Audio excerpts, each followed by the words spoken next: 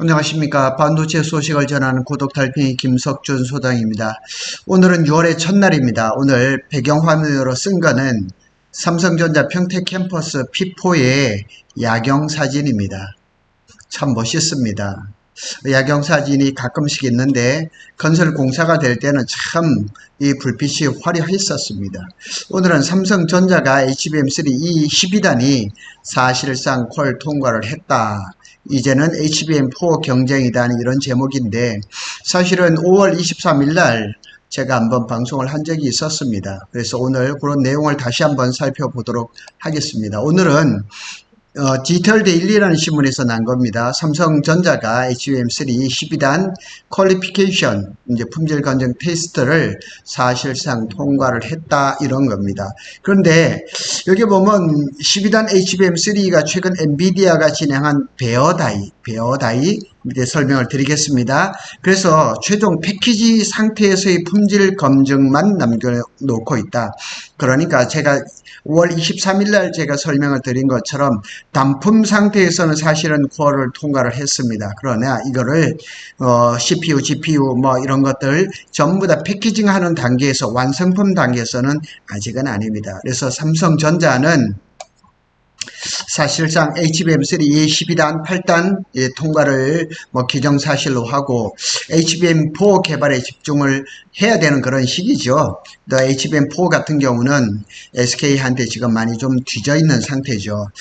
그 내용을 한번 살펴보겠습니다. HBM의 시장 동향을 요약해 보면 삼성전자와 SK 하이닉스, 마이크론도 상당한 추격을 하고 있습니다. 그래서 어떤 모 방송에 보니까 SK 하이닉스가 좀 투자를 게을리하게 될 경우에는 마이크론의 추격을 당하지 않을까 하는 걱정도 하고 있었지만은 워낙에 마이크론이 이제 캐파가 작다 보니까 그럴 가능성은 좀 없겠죠.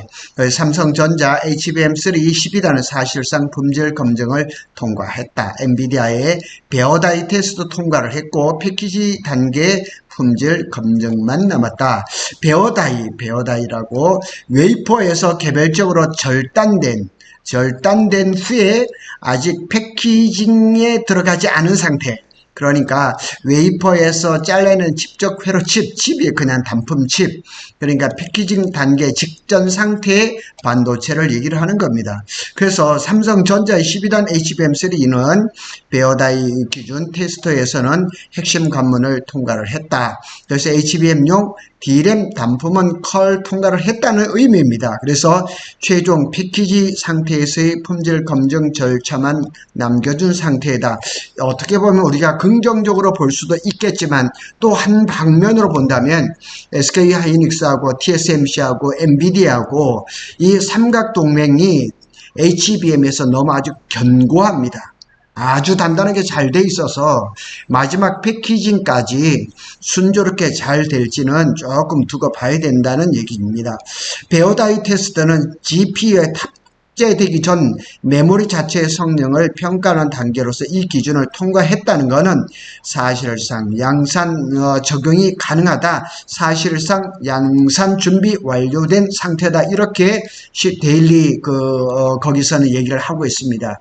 요게 이제 삼성전자가 HBM3 12단 모형을 이렇게 했는데 제가 늘 말씀을 드리는 건 삼성은 요런 이미지보다는 12단을 SK 하이닉스처럼 이렇게 단품을 쫙 보여주는 그런 게 좀 필요한 때가 되지 않았나 하는 그런 생각이 좀 많이 듭니다.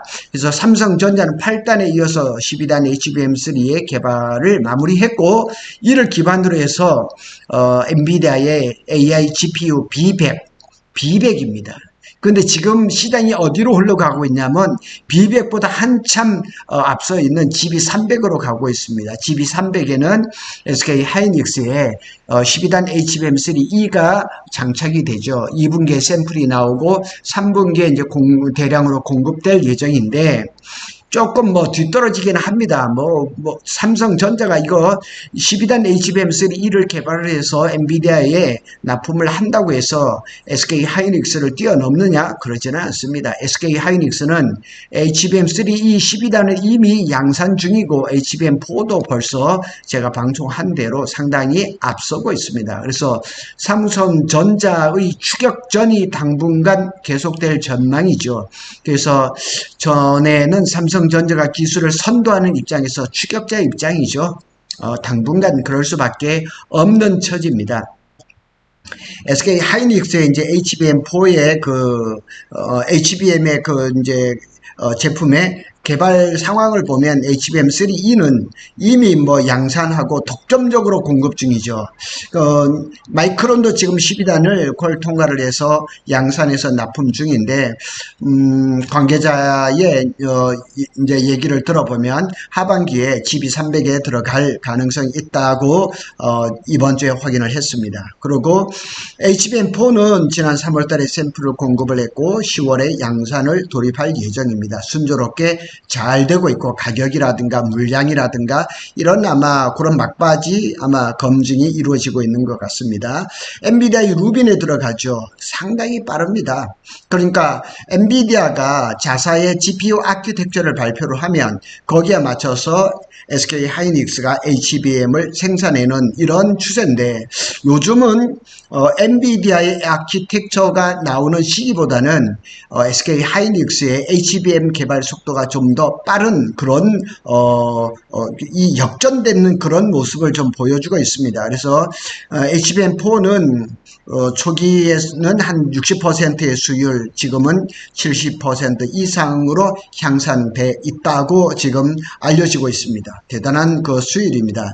요거는 작년 제가 11월에 코엑스에서 반도체 대전에서 직접 찍은 SK 하이닉스의 12단 HBM3E 실물입니다. 사실은 요겁니다. 한 엄지 손톱만 한 거, 그러니까 가로세로 한 1cm 남짓하는, 두께는 약 한 1mm 정도도 안 되는 그런 실물입니다. 하여튼 저걸 볼 때 참 제 마음이 두근두근 했었습니다. 그래서 차세대 기술인 HBM4에 이제 경쟁을 하게 되는데, 사실은 삼성전자가 SK 하이닉스하고 HBM4 12단에서 경쟁은 이미 졌습니다. 이미 지고, 그러나 삼성전자가 HBM4 12단을 건너뛰고 16단을 할 수는 없습니다. 그래서 HBM4는 가격이 HBM3에 대해서 상당히 비쌀 겁니다. 복잡도가 증가하고 제일 중요한 거는 I/O 이 핀 숫자가 2배를 증가했죠. 인풋, 아웃. 그 데이터가 들어가고 나오고 하는 그 통로가 1024개에서 2048개로 2배나 늘어났죠.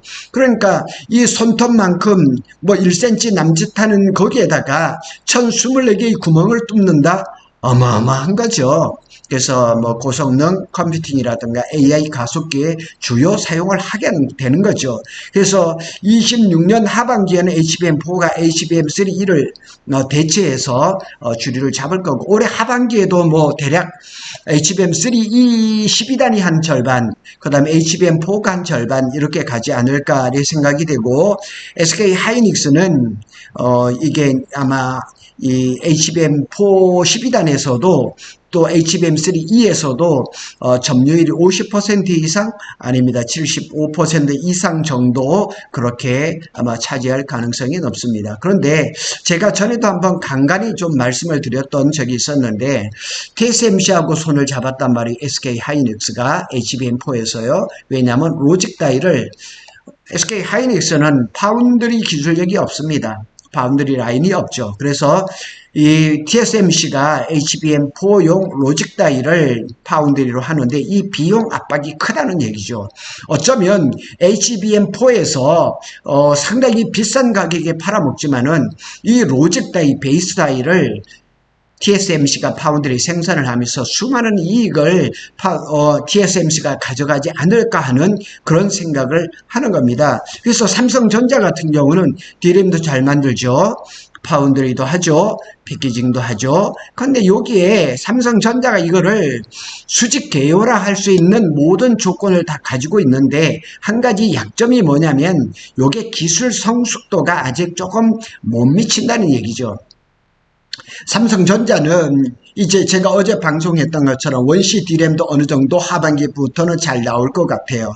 그러면 8단, 12단 HBM3E도 이제 뭐 3분기 정도에 콜 통과를 하고 또 HBM4도 하반기에 생산을 한다 그러면 SK 하이닉스보다는 못하지만은 그래도 마이크론보다 조금 앞서서 아마 그 세컨 벤더 정도의 위치에 오르지 않을까 하는 생각이 드는 거죠. 그래서 이제 파운드리 그 수위를 좀 높이고 X큐브라든가 I큐브라든가 하는 그런 패키징에서도 기술을 조금 더 높여준다 그러면 삼성전자 입장에서도 뭐 결코 뒤지는 그러니까 올해까지는 좀 힘들겠지만 내년 그부터는 조금씩 좀 나아지지 않을까.